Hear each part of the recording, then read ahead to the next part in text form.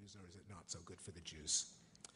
Well, one interpretation is that it is good for the Jews, that Jewish achievement is not itself controversial or hidden or a secret. It's obvious to anyone with eyes. The only issue in the population at large is what is its cause.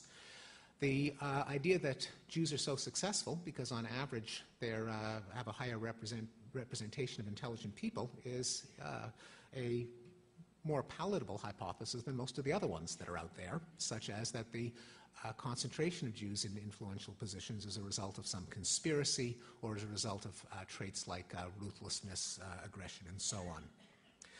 And indeed, this kind of analysis could be part of an antidote to the widespread hatred of middlemen minorities in general that throughout the world, not just in the case of the Jews, but other minorities that have specialized in money lending, being merchants and so on, such as the Armenians in the Ottoman Empire, the overseas Chinese in Malaysia, the Indians in Africa, and so on, have also been targets of persecution, partly because the middleman niche is one that's, I think, rather difficult for the untutored mind to grasp.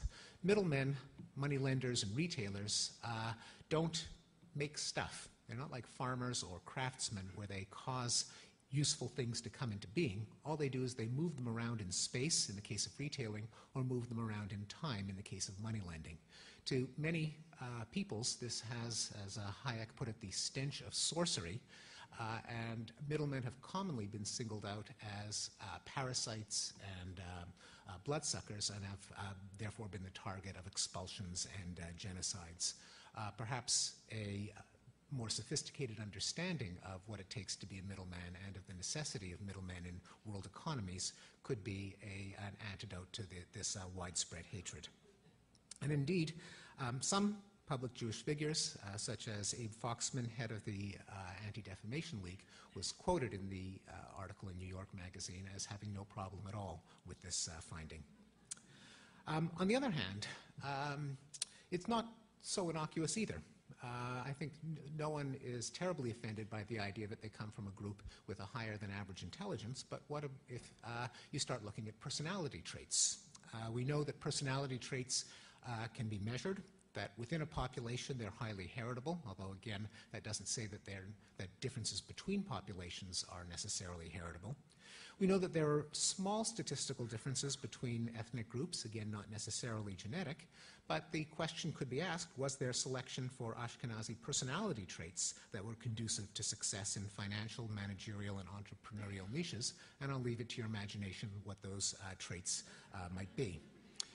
And indeed, how would a finding like this, I actually doubt that this will happen, but if it were to happen, how would this be interpreted, for example, in Cairo or Kuala Lumpur or the suburbs of Paris?